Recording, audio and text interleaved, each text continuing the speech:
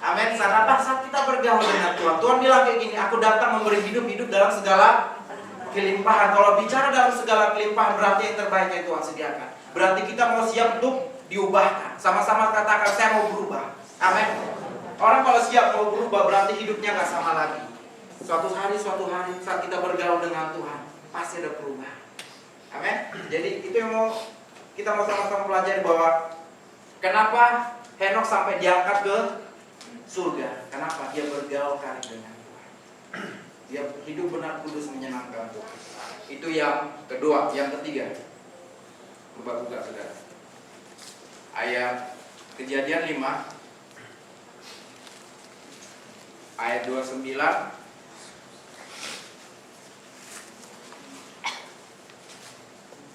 sampai 30. Sudah dapat?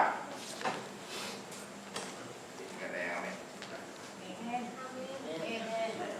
Saya dulu ngajar apa? Ngajar som dulu kan? Ngajar som pelajar. Itu kan saya bilang kalau baca, jadi kalau saya kasih ayat-ayat gitu, satu-satu harus baca. Jadi satu orang baca 5 menit, 5 detik mereka sudah bisa sampai. Cepat sekali. Serius. Kenapa? Karena terbiasa dengan firman Tuhan. Kalau orang terbiasa buka-buka firman Tuhan, dia cepat, saudara. Kenapa?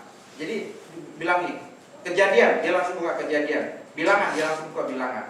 Dan saya percaya gini, orang yang suka namanya merenungkan firman Tuhan, dia akan terbiasa dengan firman Tuhan. Amin. Dan saya percaya di sini suka merenungkan firman Tuhan. Nah, kita baca, saudara. Kejadian 5 ayat berapa? 29 sampai 30. Kita baca bersama-sama ya. 2, 3 ya. Dan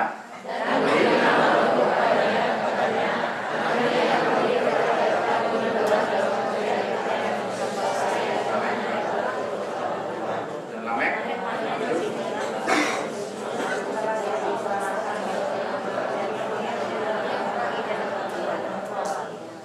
Amin.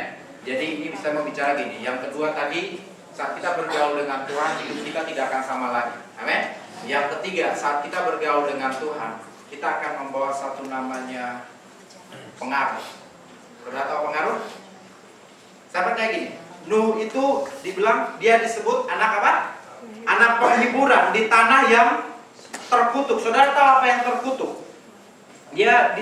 Jadi dia memberi penghiburan di dalam pekerjaan yang susah payah di tanah yang telah terkutuk oleh Tuhan. Kenapa dia disebut Nuh, disebut anak penghiburan? Saudara tahu, saya waktu tadi di Eva saya bicara tentang namanya. Saudara tahu ikan yang di laut? Kalau saudara tangkap ikan yang di laut itu, rasanya tetap seperti ikan. Padahal dia di laut itu pasti asin. Tapi kenapa dia tetap namanya rasanya tidak asin? Karena dia masih hidup. Ya kan? Kalau ikan sudah mati, terus dikeringkan, dijemur, jadi ikan asin, ya kan? Pasti. Berarti saya mau bilang kayak gini, kenapa kita nggak jadi orang yang berpengaruh? Kenapa hidup kita biasa? Karena kekristenan kita sudah mati. Saya mau bilang mungkin ini keras, tapi saat kekristenan kita hidup, kita akan membawa satu pengaruh yang luar biasa. Amin. Saya percaya. Makanya kita disebut dengan apa? Garam dan terang dunia. Apa artinya garam? Garam itu bicara pengaruh. Saudara taruh apapun yang namanya garam pasti rasanya asin. Gak usah jauh-jauh. Umpamanya saudara mau sediakan kopi untuk suami lah gitu. Pagi-pagi benar ganti garam gitu kan.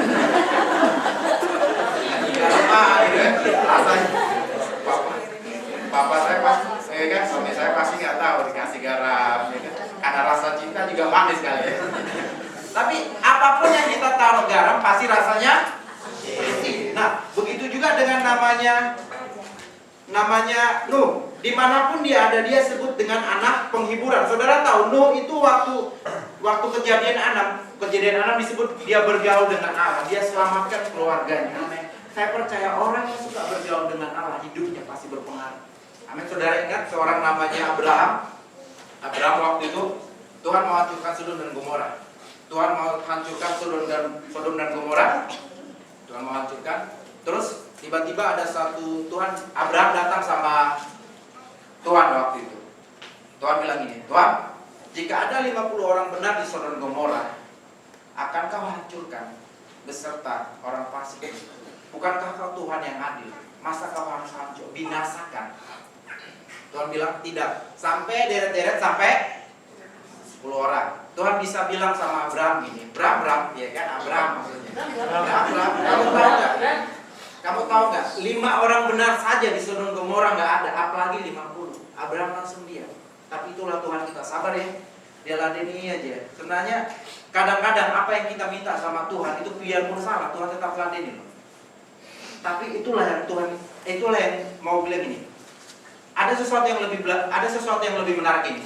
Saudara tahu, Sodom ini kota yang rusak, Sodom ini kota yang bejat, Sodom ini sesuatu yang jahatnya sudah minta ampun gitu. Jadi kejahatannya sudah sampai ke hadapan Tuhan.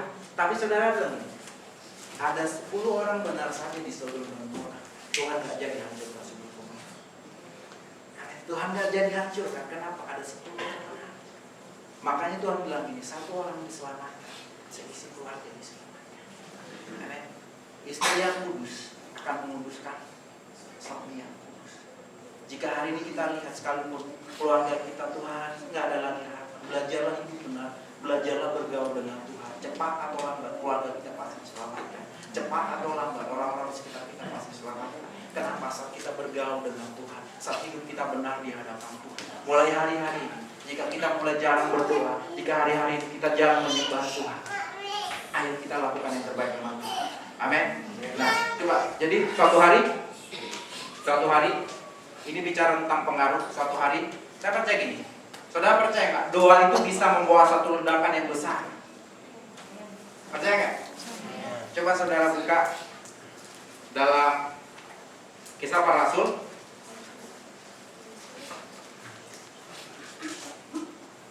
ayat Kisah Para Rasul 4 ayat 31.